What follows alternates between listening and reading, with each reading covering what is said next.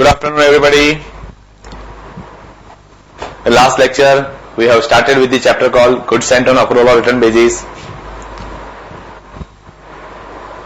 And उसमें हमने first method discuss किया था ऑर्डिनरी सेल्स मेथड. तो हमने first method last time complete किया था ऑर्डिनरी सेल्स मेथड.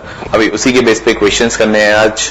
ओके, तो फ्रेंड ऑर्डिनरी सेल्स मेथड में क्या डिस्कस किया था कि मैंने आपको बोला था कि in case of ordinary sales method we are required to record the transaction as per like normal sales की तरह हम ट्रांजैक्शन रिकॉर्ड करेंगे. जब गुड्स इश्यू करेंगे तो at that moment of time हमको नॉर्मल सेल्स की एंट्री पास करनी है, debtors account debit to sales account credit. अगर गुड्स रिटर्न आया तो reverse entry sales account debit to debtors account credit. But if the goods are accepted, तो goods accept होता है तो उसका हमें कोई एंट्री नहीं आएगी, क्योंकि उस टाइम पे फ्रेंड ऑलरेडी हमने सेल्स रिकॉर्ड कर दिया, तो उस टाइम पे कोई एंट्री रिकॉर्ड करने की जरूरत नहीं है. But if the goods accepted at different price, जो बोला कोट किया था उससे कम प्राइस में एक्सेप्ट किया, तो जो डिस्काउंट दिया उसको, वो जो डिफरेंस होता है, that difference is called reduction in the value of sales, और इसके लिए एंट्री आएगी sales account debit to customer debtors account credit. तो ये एंट्री पास करेंगे. But suppose at the end of the accounting year तक अगर उसका क्रेडिट पीरियड एक्सपायर नहीं हो रहा है, उसने एक्सेप्ट नहीं किया है, रिजेक्ट नहीं किया है, तो if there is no expiry of credit period, no acceptance, no rejection, तो हमने जो सेल्स रिकॉर्ड करके रखा था at the time of issue of goods, उसको टोटली वहां पर रिवर्स करेंगे, like sales account debit to debtors account credit. और जैसे हमारा सेल्स रिवर्स हो गया फ्रेंड, उसी तरह से हमको क्या करना पड़ेगा, तो उसी तरीके से हमको वहां पे उस जैसे सेल्स रिवर्स किया तो हमारा बुक्स में स्टॉक इंक्रीज हो जाता है, बट फिजिकल स्टॉक तो कभी भी कस्टमर के पास है. और यहाँ पे उस स्टॉक को मैनेज करने के लिए या तो उसको स्टॉक को प्रॉपर्ली मेंटेन करने के लिए हमको क्या करना पड़ेगा, तो whatever stock lying with the customer is required to record as a part of stock account. तो उसके लिए क्या करेंगे, स्टॉक की एंट्री पास करेंगे, stock lying with the customer account debit to trading account credit. और वो entry हम कौन सी प्राइस से पास करेंगे, तो cost to NRV whichever is less. बाकी की जितनी भी एंट्री वो हमको सेलिंग प्राइस से पास करना है, बट ये एंट्री हम cost to NRV whichever is less से पास करेंगे. और उसके बाद क्या करेंगे, तो 31 मार्च तक अभी भी सामने वाले के पास एक काफी टाइम है गुड्स एक्सेप्ट करने के लिए, तो मुझे शायद याद रहे या ना रहे, इसलिए मैं उसको क्या कर रहा हूं, 1 अप्रैल को वही गुड्स वहां पे रिकॉर्ड कर लूंगा. कैसे, तो debtors account debit to sales account credit. अगर उसने गुड्स एक्सेप्ट किया तो नो एंट्री, अगर गुड्स रिटर्न किया तो रिटर्न की एंट्री वहां पे पास कर देंगे. अगर goods accepted at different price है तो डिफरेंस की एंट्री हम वहां पे रिकॉर्ड करेंगे. तो इतना हमने लास्ट टाइम डिस्कस किया था as a part of ordinary sales method. So friend यहाँ पे गुड्स सेंट ऑन अप्रूवल वाला चैप्टर,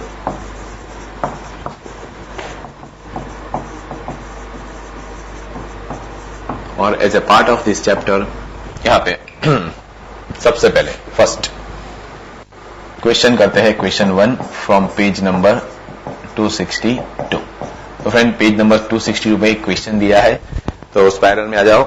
उसके बेस पे जो हमने लास्ट टाइम मेथड डिस्कस किया था ऑर्डिनरी सेल्स मेथड, उसी मेथड के बेस पे इस क्वेश्चन का आंसर फाइंड करना है.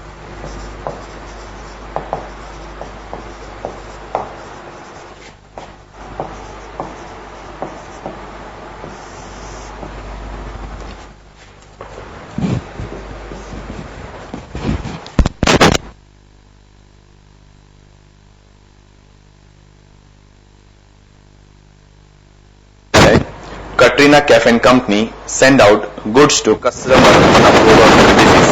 Customer is having the option to retain the goods or to return the goods within a month. Following transaction took place during the month of March 2012 and April 2012. तो friend यहाँ पे here in this information उन्होंने 2 महीने का अपने को data दिया है, 2012 and March 2012 and April 2012. And friend हमको ये भी इंफॉर्मेशन दिया है उन्होंने कि यहाँ पे कटरीना कैफ जो है वो कस्टमर को जब भी गुड्स इश्यू करती है तो वहां पे वो लोग 1 मंथ का क्रेडिट पीरियड सबको देते हैं. फिर वहां पे ट्रांजेक्शन दिया है, first transaction on 5 March 2012, goods send to following customer on approval और return basis at 25% over and above the cost price, and the cost price is ₹100. तो here they are charging 25% profit on cost. तो friend यहाँ पे side में लिख लेते हैं कि what they are charging, तो कि they are charging cost कितना है, तो कि cost है ₹100. उसके ऊपर प्रॉफिट चार्ज किया जा रहा है, प्रॉफिट 25%. तो ये अमाउंट आ रहा है, तो कि 20, तो ये 120 क्या होगा, तो इस प्राइस से मैं अकाउंटिंग एंट्री पास करूंगा. तो ये सेलिंग प्राइस हो गया. अभी W को, मिस्टर W को कितने गुड्स दिए, 20 यूनिट्स दिए, X को कितना दिया, 10 यूनिट्स दिया, Z को कितना दिया, 24 यूनिट्स दिया, एंड Y को 30 यूनिट्स। तो चारों को कितने नंबर ऑफ यूनिट इश्यू किए वो दिया है, और जो चारों के नंबर ऑफ यूनिट है सेलिंग प्राइस के साथ मल्टीप्लाई करो, आपको सेल्स का अमाउंट मिल जाएगा। एंड उसके बाद दिया है goods return by W on 12 March 2012, तो W को जितना गुड्स दिया था वो सब कुछ वापस, तो रिटर्न की एंट्री आएगी।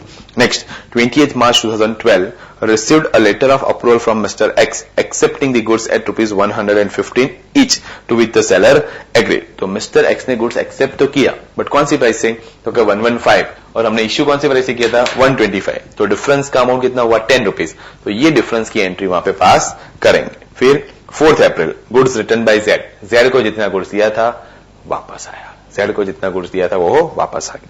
नेक्स्ट 5 अप्रैल, फ्रेंड वहां पर 6 अप्रैल दिया है, उसकी जगह 5 अप्रैल कर दो।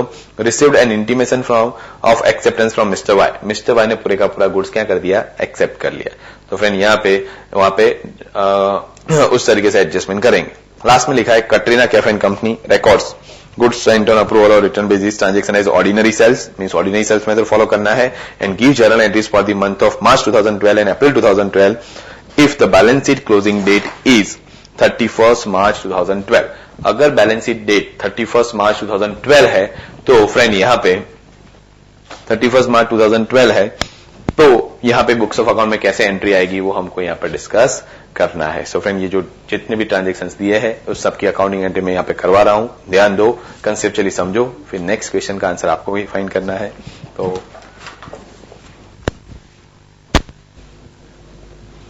अभी बराबर है, नाउ चेक, नाउ प्रॉपर, कभी भी डिस्टर्ब आ रहा है,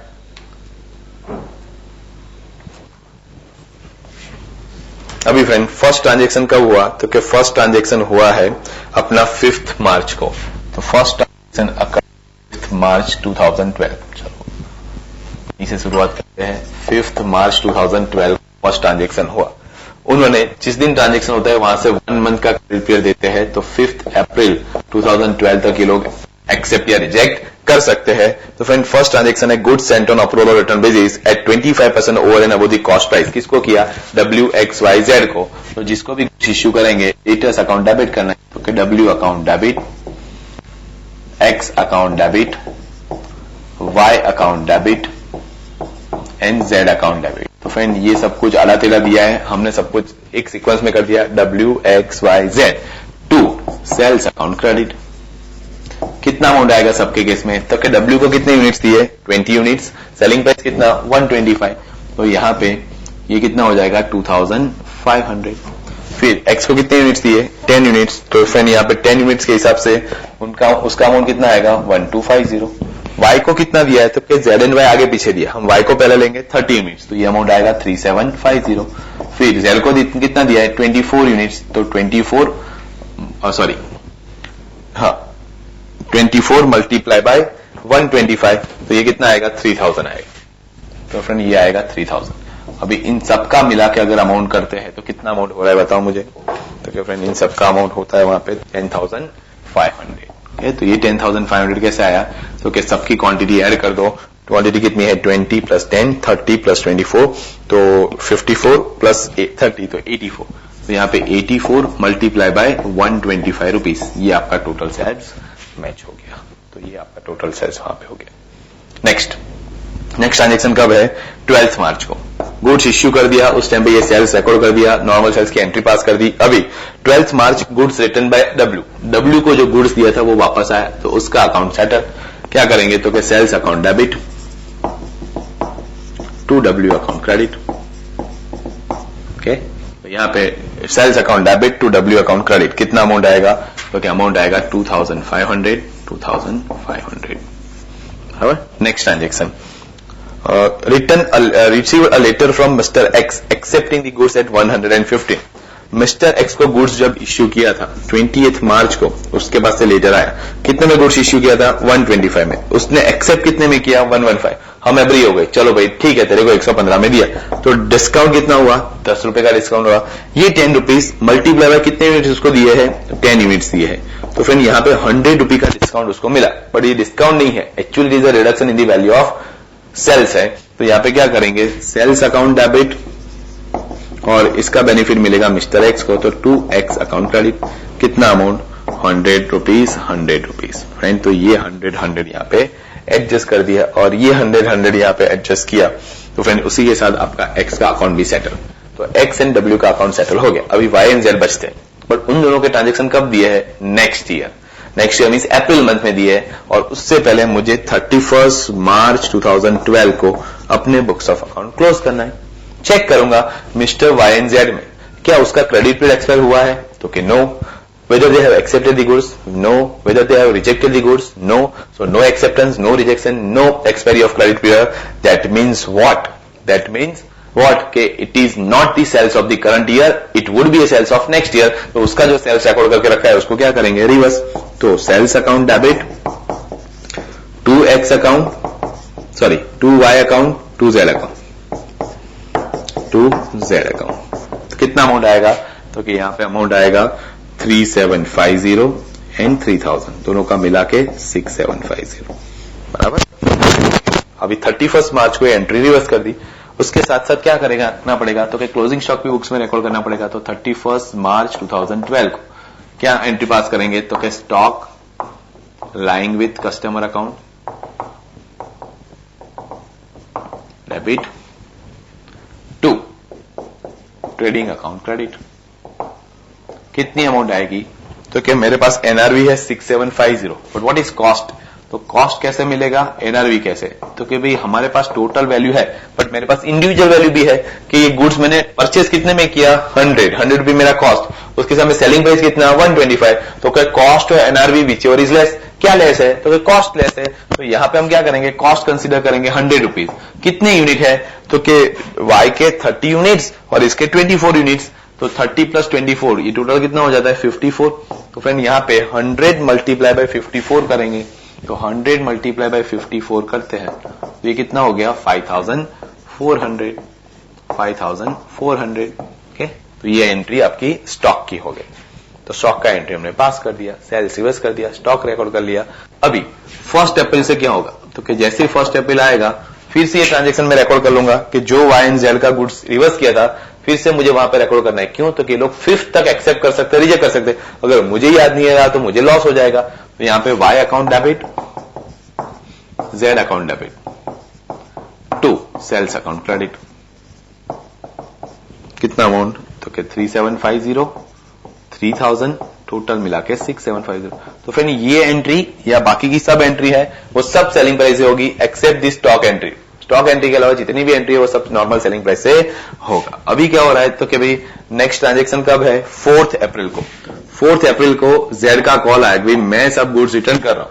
तो यहां पे जेड का अकाउंट सेटल हो गया। कैसे? तो कि sales account debit to Z account credit. कितना अमाउंट? 3000, बराबर।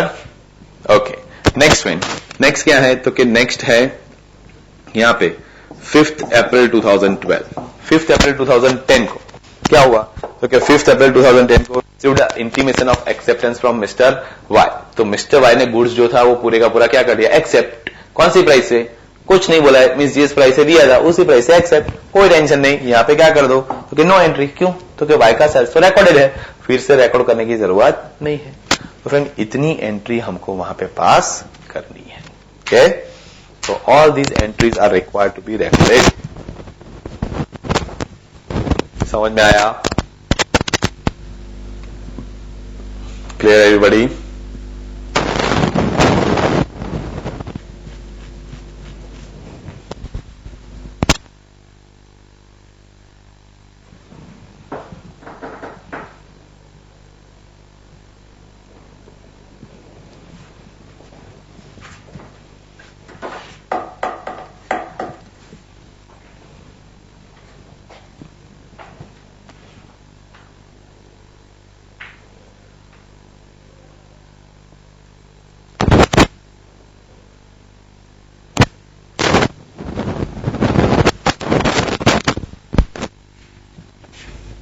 ओके, 31 मार्च वाला एंट्री रिपीट करता हूं।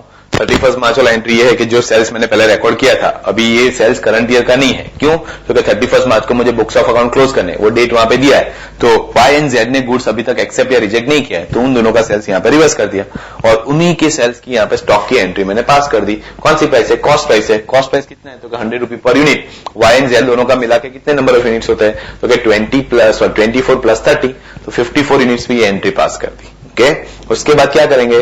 तो कि जो वाई एंड जेड का सेल्स यहां पर रिवर्स किया है वो नेक्स्ट ईयर में शायद एक्सेप्ट भी हो सकता है। तो 1 अप्रैल को मुझे क्या करना है? फिर से वाई एंड जेड का सेल्स बुक करना है। तो Y account debit, Z account debit, sales account credit, ये एंट्री पास कर दी। 4 को पता चला कि भी जेड पूरे का पूरा गुड्स वापस दे रहा है, कोई बात नहीं, जो सेल्स क्रेडिट किया था डेबिट करो, जो जेड को डेबिट किया था उसको क्रेडिट करो, तो एंट्री पास कर दी। और लास्ट में क्या? तो कि लास्ट में 5 अप्रैल को गुड्स एक्सेप्ट किया। किसने? मिस्टर वाई ने। तो जब गुड्स एक्सेप्ट होता है, नो अकाउंटिंग एंट्री। क्यों? तो कि ऑलरेडी सेल्स रिकॉर्ड किया गया है, जिस प्राइस से रिकॉर्ड किया है उसी प्राइस से एक्सेप्ट हुआ है। No accounting entries are required to be passed. Okay, चलो, तो ये हमने क्वेश्चन 1 का आंसर लिखा, फाइंड किया फ्रेंड। ये क्वेश्चन 1 का आंसर आपको लिखने की जरूरत नहीं है फ्रेंड। नेक्स्ट पेज पे देखो, उसका पूरे का पूरा आंसर मैंने वहां पे दिया हुआ है। जस्ट वहां पे इंडिविजुअल कस्टमर का नाम नहीं लिखा है, क्या लिखा है? डेटर्स अकाउंट, सबको मर्ज कर दिया है और अकॉर्डिंगली वहां पे एडजस्टमेंट एंट्री पास की है। क्वेश्चन 1 का आंसर तो वहां पे दे दिया है फ्रेंड। क्वेश्चन 2 के लिए देखो, उसके नीचे थोड़ी जगह दी है। तो फ्रेंड वहां पे जो जगह दी है उसमें हमको क्या करना है? तो क्या हमको कैलकुलेशन करके अमाउंट लिखना है। बट फ्रेंड उसको छोड़ दो, उसमें अकाउंटिंग एंट्री को भी भूल जाओ, उस जगह को भी भूल जाओ। मैं तो बोलता हूं कि प्लीज बी वेरी ऑनेस्ट। क्या करो? तो कि क्वेश्चन 2 जो है उसको पहले अच्छे से पढ़ो और उसके लिए जितनी अकाउंटिंग एंट्री मैंने यहाँ पे पास करी है ना, वो सब अकाउंटिंग एंट्री आप वहां पे पास करके दिखाओ as a part of notes. तो नोट्स में वो पास करके वहां पे दिखाओ, नोट में पास करो। फिर मैं यहाँ पे पास करता हूँ, फिर अपने कंपेयर करते हैं कि आपका और मेरा आंसर मैच होता है कि नहीं।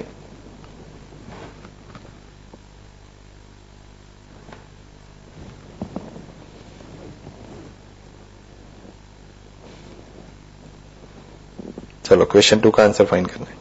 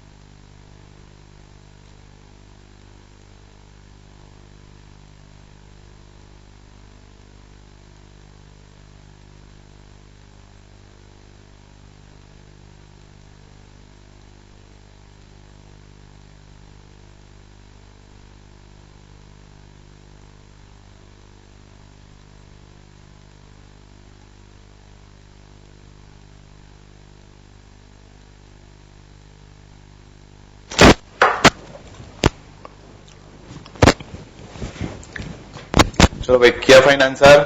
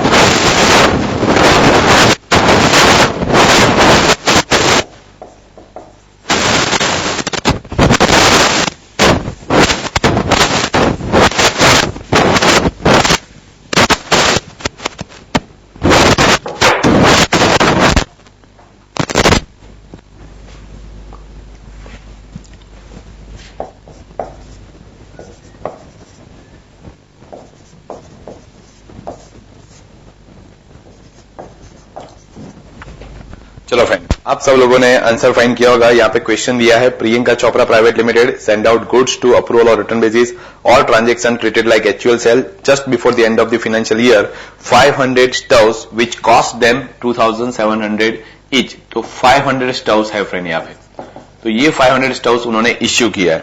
फिर क्या लिखा है, तो कि cost them as in 2700 each have been sent to dealer on approval or return basis and have been debited to his account at a price calculated so as to earn a profit of 25% on sales। तो friend यहाँ पे जो profit दिया है आपको, profit on sales दिया है। काफी लोगों ने यहाँ पे क्या किया, वही 25% ऐड कर दिया और 2700 में ये 25% ऐड किया। तो फ्रेंड वहां पे आंसर क्या आया, तो क्या वहां पे आंसर आया फ्रेंड, तो कि 2700 प्लस 25%, तो 3375 करके वहां पे कैलकुलेशन किया। But it is absolutely wrong friend. जब हम कॉस्ट में प्रॉफिट ऐड करते हैं तो कौन सा प्रॉफिट ऐड करेंगे, प्रॉफिट ऑन कॉस्ट। ऐसा नहीं है कि जो इन्वेंटरी में पड़ा है वो इन्वेंटरी में एप्लीकेबल होगा। ये एक प्रैक्टिकल का स्टेप है। जब भी सेल्स का अमाउंट फाइंड करना है तो सेल्स कैसे फाइंड करेंगे, तो कॉस्ट प्लस प्रॉफिट। कौन सा प्रॉफिट, तो प्रॉफिट ऑन कॉस्ट ही वहां पे आएगा एंड अकॉर्डिंगली आपको वहां पे आंसर फाइंड करना है फ्रेंड। तो याद रखना कि फ्रेंड यहाँ पे cost plus profit on cost करेंगे तो हमको यहाँ पे सेल्स का अमाउंट मिलेगा। ओके,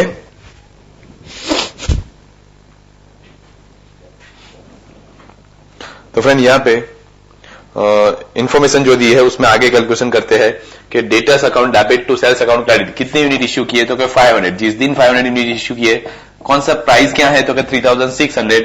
तो फर्स्ट एंट्री क्या आएगी, तो फर्स्ट एंट्री आएगी यहाँ पे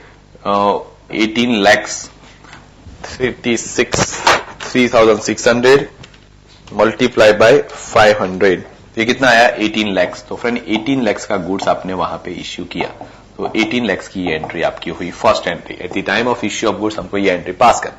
फिर क्या बोला है कि out of them 100 stores are immediately return. तो 500 में से 100 क्या हो गया, इमीडिएटली रिटर्न हो गया। तो this is immediately return. Okay, तो 500 में से 100 इमीडिएटली रिटर्न हो गया। तो 100 स्टव्स मेरे पास क्या हो चुके हैं, वापस आ चुके। तो वापस आया तो उसकी एंट्री क्या होगी, तो क्या 100 स्टव कौन सी प्राइस से इश्यू हुए थे, 3600। तो इसके लिए रिटर्न की एंट्री पास करेंगे। तो ये अमाउंट कितना, 3,60,000 ये एंट्री पास कर दी। ओके, फिर क्या बोला हुआ है, तो क्या 200 स्टव्स आर एक्सेप्टेड एट 10% लेस। तो गुड्स एक्सेप्टेड कितना, तो क्या एक्सेप्ट किया 200 स्टव एट 10% डिस्काउंट। 10% डिस्काउंट वहां पे देना है। तो कितने में गुड्स इश्यू किया हम लोगों ने, तो क्या हमने गुड्स इश्यू किया है 3600 में। इस पे 10% डिस्काउंट, तो माइनस 10% करो, तो कितने में गुड्स उसने एक्सेप्ट किया, तो उसने गुड्स एक्सेप्ट किया 3240 में। इन दोनों का डिफरेंस कितना, तो क्या 360। तो 360 में उसने गुड्स एक्सेप्ट किया और ये 360 मल्टीप्लाई बाय कितने यूनिट उसने एक्सेप्ट किए, 200 यूनिट्स। तो 360 मल्टीप्लाई बाय 200, तो कितना आएगा यहाँ पे 72,000। तो 72,000 का फ्रेंड डिस्काउंट हुआ, reduction in the value of sales. तो एंट्री क्या आएगी, sales account debit to debtors account credit, 72,000 बराबर है। फिर उसके बाद नेक्स्ट एंट्री क्या है, तो कि नेक्स्ट क्या है, तो कि बाकी का जो बैलेंस है उनके लिए क्या बोला हुआ है, तो कि in respect of remaining unit the credit period is not expired on closing date. तो बाकी के यूनिट बचे कितने, तो बाकी के जो यूनिट बने उसको return customer return by customer, और वो बैलेंसिंग अमाउंट कितना आया 200 यूनिट से जो है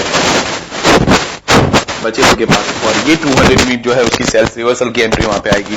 तो 200 मल्टीप्लाई बाय क्या होगा, तो 3600। वो करंट ईयर का सेल नहीं है, वो नेक्स्ट ईयर का सेल है, तो वो यहाँ पे कितना अमाउंट आएगा, क्योंकि वो आएगा 7,20,000।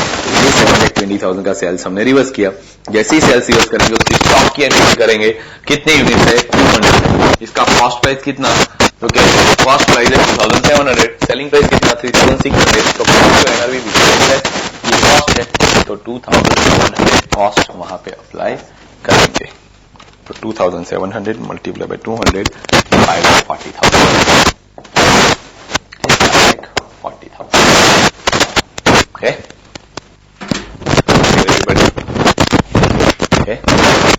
इस तरीके से एंट्री आपको पास करनी है।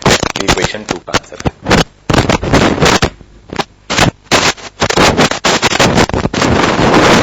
चलो इसके बाद क्वेश्चन 3 करो, भले होमवर्क लिखा है, आपको क्वेश्चन 3 करना है।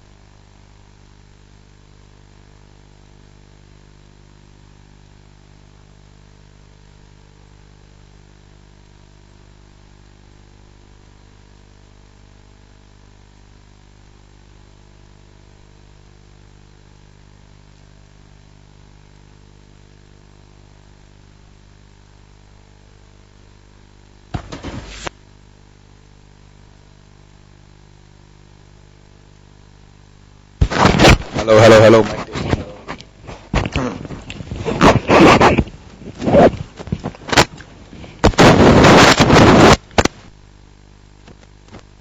बराबर है अभी ठीक है अभी तो ओके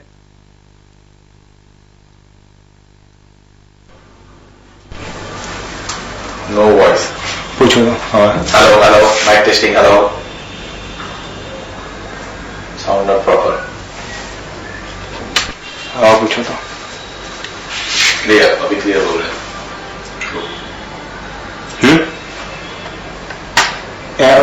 बड़ा चल रहा है now better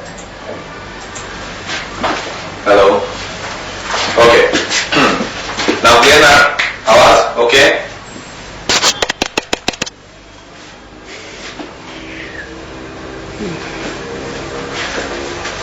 okay next question जो हमारा है फ्रेंड उसमें 1500 कॉस्ट प्राइस है 85% प्रॉफिट और कॉस्ट में है तो डायरेक्टली 25% ऐड करेंगे 1500 कॉस्ट प्राइस 25% ये प्रॉफिट ऐड करो तो कितना होगा फ्रेंड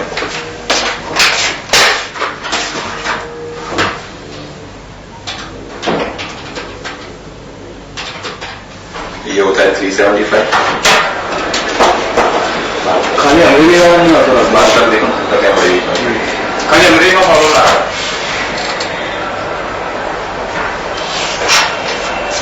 तो ये 375 यहाँ पे ऐड करेंगे 375 ऐड किया तो 1875 और इसी के हिसाब से यहाँ पे ट्रांजेक्शन रिकॉर्ड करना है कितने को यूनिट परचेज किया हम लोगों ने तो हमने परचेज सॉरी सेल किए थे 110 यूनिट्स तो 110 यूनिट्स जो सेल किए थे उसमें स्टेटस दिया है out of return 20% accepted 15% less price ये सब एंट्री जो है एंट्री मोर सेम रहेगी अमाउंट चेंज हो जाएगा कितने यूनिट इश्यू किए तो कि 110 स्टॉक इश्यू किए इसमें से 10 stock return 20 accepted eight 15% discount और बाकी का कोई स्टेटस दिया नहीं है तो 80 का स्टेटस नहीं first entry 110 stock multiply by 1875 इन दोनों का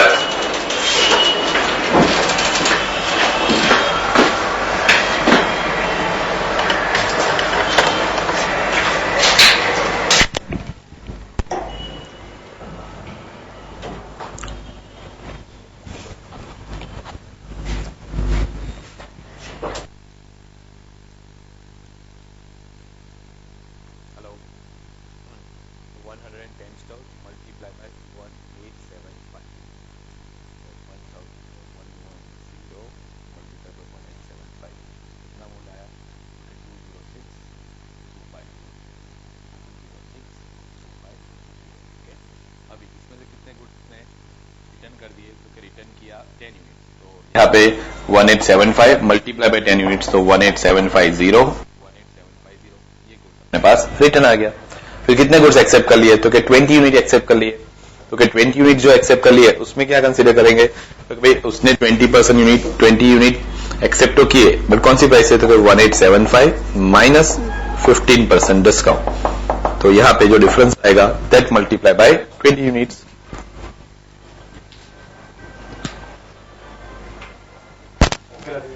नो साउंड अबियल नोच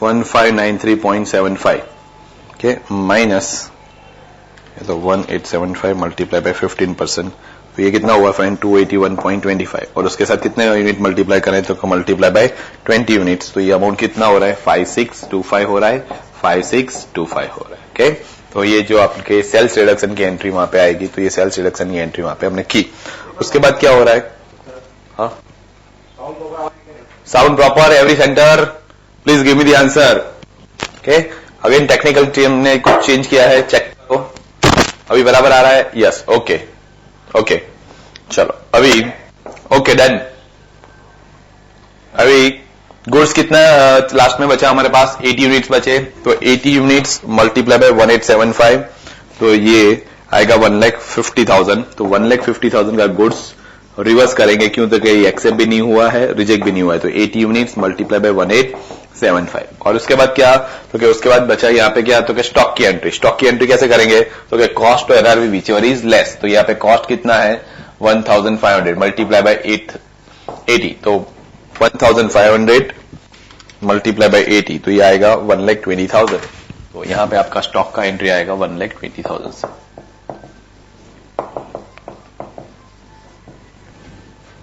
ओके, चलो क्लियर।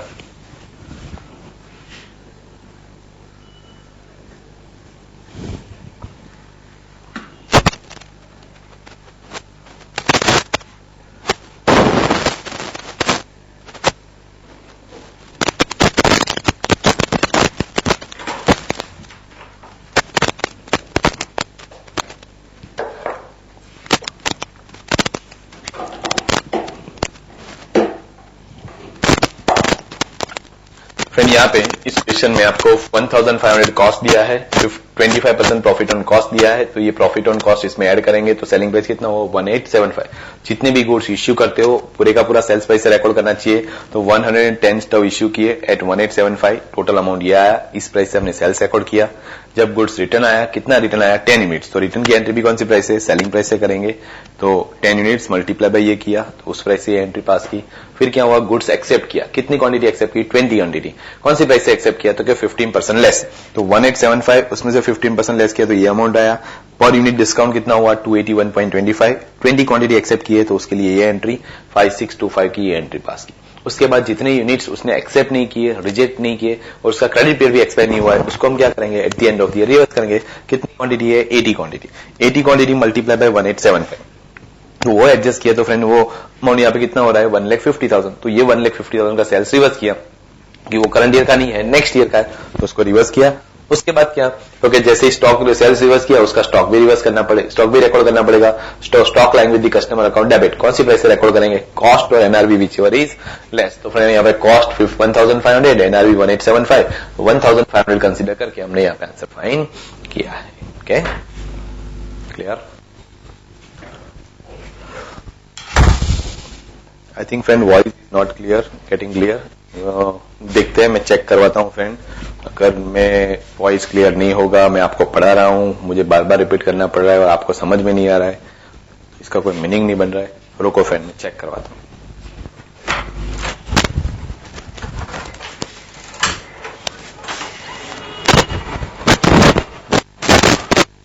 નથી યાર જો પાછું એનું એ જ issue.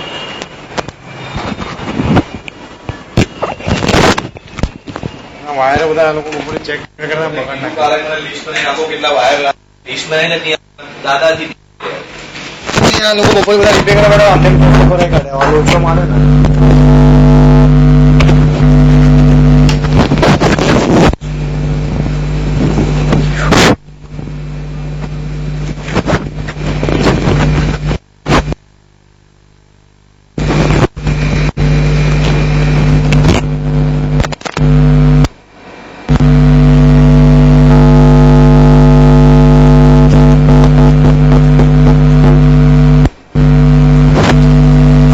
now clear, voice is not clear, પછી લખેલો now clear, લખેલો now clear, ચેક કરો નાવ ક્લિયર, એ ડિસ્ટર્બન્સ ચાલુ છે તમારે એક બાજુ તો નહીં કરી ના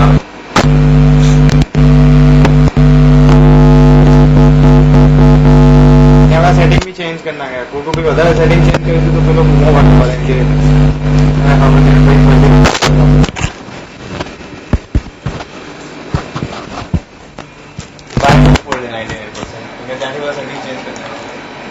ના તો નવું જ છે બધું સેટ ન હોય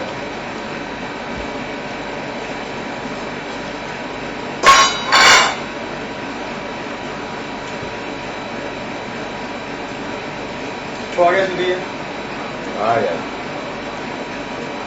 એ તો एक्चुअली वो एक બધા માઇક આમ તેમ ફરાઈ નાખ્યા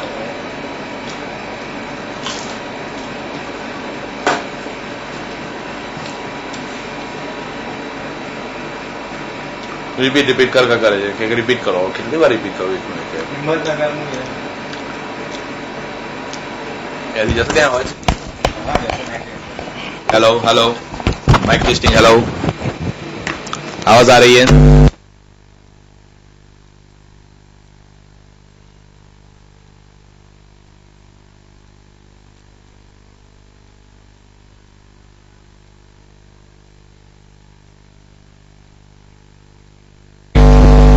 नाउ चेक, आवाज आ रही है फ्रेंड, आवाज आ रही है?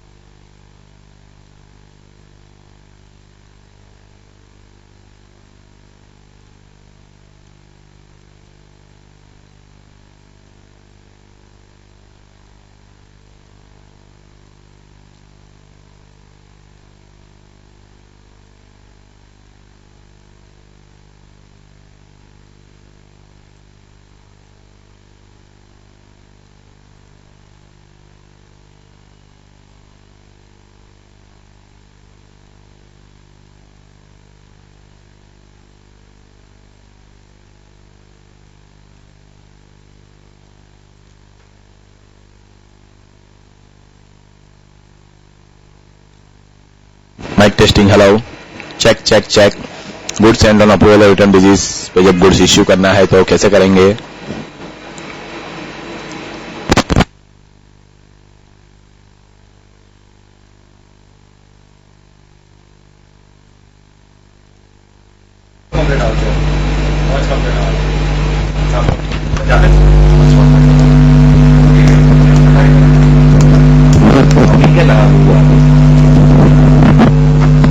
Hello hello hello, mic testing, hello.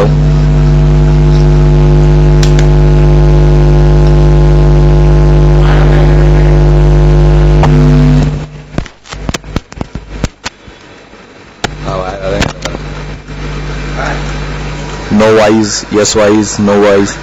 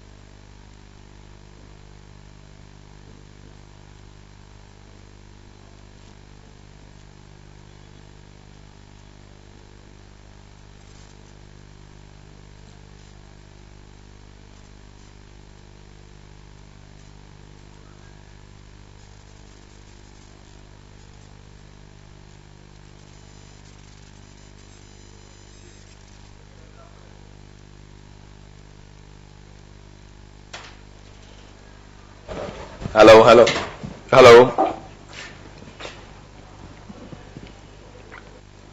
Hello everybody.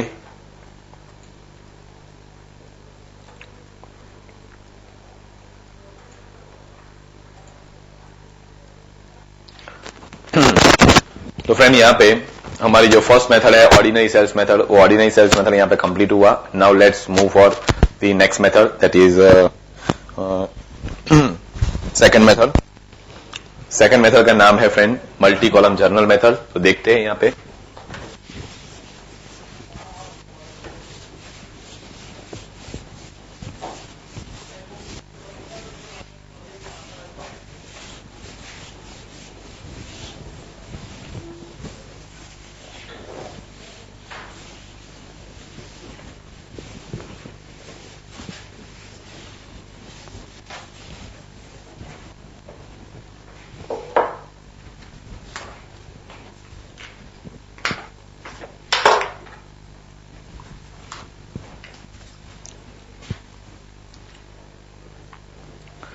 Second method का नाम है friend multi column journal method.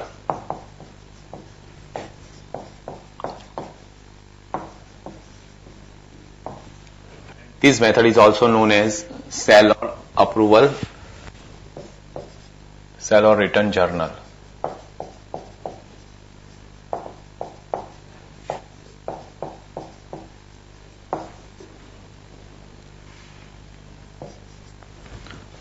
तो सेल और रिटर्न जर्नल. तो दो अलग सेकंड मेथड. तो सबसे पहले फर्स्ट मेथड हमने देखा ordinary sales method. Ordinary sales method को रिकॉर्ड किया जाता है as a part of main books of account. But now the second method and third method multi column journal method and separate day book method, that is always part of the temporary books of account, memorandum books of account. तो ये जो method हम follow करेंगे temporary books of account में follow करेंगे, memorandum books of account में follow करेंगे. और फिर यहाँ पे नाम क्या है मल्टी कॉलम जर्नल.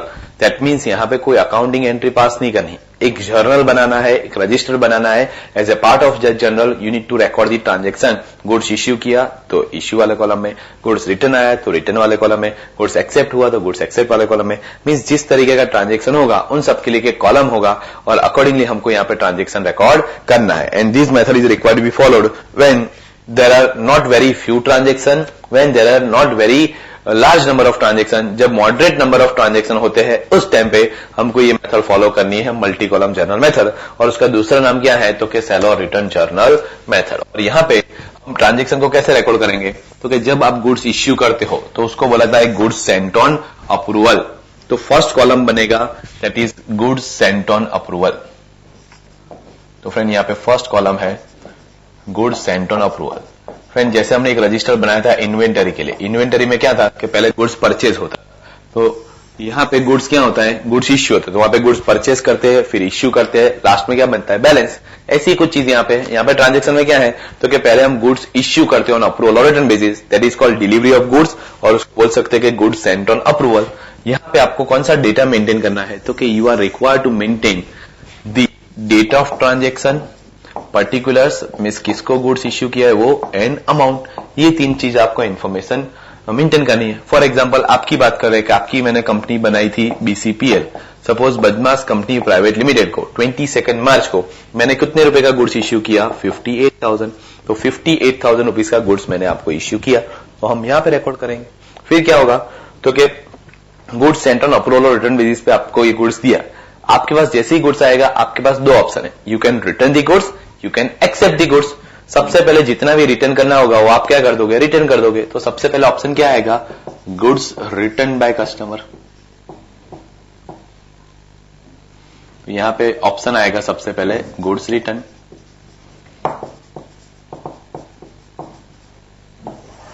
तो जितना भी गुड्स रिटर्न आता है उसमें भी क्या रिकॉर्ड करना पड़ेगा डेट, नेम, रुपीस. किसने गुड्स वापस किया बदमाश कंपनी ने. कौन सी डेट को तो कि 25 मार्च को बदमाश company private limited has return the goods of ₹5,000. आपने एक डीवीडी प्लेयर वापस भेजा तो 5,000 का गुड्स यहाँ पे क्या कर देंगे रिवर्स कर देंगे. तो रिटर्न आ गया तो 5,000 का गुड्स उन्होंने रिटर्न कर दिया. उसके बाद क्या तो कि गुड्स एक्सेप्ट कितना किया तो एक गुड्स रिटर्न है दूसरा गुड्स एक्सेप्ट है. तो जितना गुड्स रिटर्न आया वो रिटर्न वाले कॉलम में, जितना गुड्स वो एक्सेप्ट करेगा वो कौन से कॉलम में आएगा तो कि गुड्स एक्सेप्टेड वाले कॉलम में. तो फ्रेंड यहाँ पे जितना भी गुड्स एक्सेप्ट होता है कौन से कॉलम में आएगा, गुड्स एक्सेप्टेड बाय कस्टमर। तो यहाँ पे date of transaction, name and rupees. Okay, तो 3 चीज यहाँ पे रिकॉर्ड करनी है कि आपने एक ऑप्शन था गुड्स रिटर्न करने का, दूसरा आपके पास एक्सेप्ट है। सपोज मैंने 31 मार्च को आपको कॉल किया कि भाई आपका गुड्स कितना एक्सेप्ट समझो, तो आपकी कंपनी ने बोला कि हमारा 50,000 का एलसीडी एक्सेप्ट समझो, बट ये जो टाटा स्काई भेजा है आपने वो अभी रखो साइड में, उसका हम अप्रूवल बाद में देंगे। ठीक है, कोई बात नहीं। तो आपने गुड्स मैंने इतना इश्यू किया था, इतना रिटर्न आ गया, इतना आपने एक्सेप्ट कर दिया, तो अभी भी आपके पास कितने रुपए का गुड्स पड़ा है, तो क्या 3,500 का, उसको क्या बोलेंगे, तो क्या this goods is called stock lying with the customer और it is also called balance lying with the customer. तो this is considered an balance goods lying with the customer, stock lying with the customer. तो इतना goods आपके पास है। तो ये पूरा reconciliation हो गया, 58,000 के में से 5,000 वापस आ गया, 50,000 एक्सेप्ट हो गया, बाकी का आपके पास पड़ा है। तो इस तरीके से ये फॉर्मेट में सब डेटा वहां पे मेंटेन होता है। ओके, समझ में आया? तो दिस इज सेकंड मेथड, ये होता है सेकंड मेथड। ओके, अभी ध्यान रखिए यहाँ पे थियरी बेस्ड क्वेश्चन क्या पूछ सकते हैं। तो यहाँ पे पूछेंगे कि when you are required to follow this method, तो कि यहाँ पे इस मेथड में से कभी प्रैक्टिकल क्वेश्चन नहीं आने वाला है, थियरी बेस्ड क्वेश्चन नहीं आने वाला है। और पहला क्वेश्चन क्या पूछेंगे, when you are required to follow this method, तो कि when there are moderate number of transaction you need to follow this method. Second पूछेंगे कि इस मेथड का दूसरा नाम क्या है, तो कि सेल और रिटर्न जर्नल। तीसरा पूछेंगे when you are preparing this journal what are the main columns of this format, तो कि goods sent on approval, goods return, goods accepted means actual sales and last में balance stock lying with the customer. फिर question पूछेंगे at the time of issue of goods what accounting entry you need to pass. तो friend यहाँ पे ordinary sales method की तरह मुझे कोई अकाउंटिंग एंट्री पास नहीं करनी, वो ट्रांजैक्शन कहां पे रिकॉर्ड करना है, यहां पे रिकॉर्ड करना है as a part of sale और return journal. So no accounting entry is required to pass for issue of goods. अगर इश्यू ऑफ गुड्स के लिए कोई एंट्री नहीं है तो रिटर्न ऑफ गुड्स के लिए कोई एंट्री आएगी, तो क्या नहीं, तो इन दोनों के लिए कोई एंट्री नहीं आएगी। Okay, what about goods accepted by customer, क्या उसके लिए एंट्री आएगी, तो कि यस ये तो एक्चुअल सेल्स है, एक्चुअल सेल्स की मेन बुक्स में तो एंट्री पास करनी पड़ेगी। यहाँ पे गुड्स इश्यू नहीं किया तो उसका रिटर्न रिकॉर्ड नहीं करेंगे, क्यों, क्योंकि ये रिकॉर्ड नहीं किया तो ये रिकॉर्ड नहीं होता है, क्योंकि गुड्स इश्यू ही नहीं दिखाया तो रिटर्न का एंट्री करने की जरूरत नहीं है। बट जो गुड्स एक्चुअली सेल्स हो जाता है तो उसकी ओनरशिप चेंज हो गई, तो आपकी बुक से वो गुड्स निकालो, सामने वाले की बुक्स में रिकॉर्ड करो, तो इसके लिए एंट्री आएगी नॉर्मल सेल्स की entry, debtors account debit to sales account credit. तो ये इसके लिए हमको ट्रांजेक्शन रिकॉर्ड करना पड़ेगा।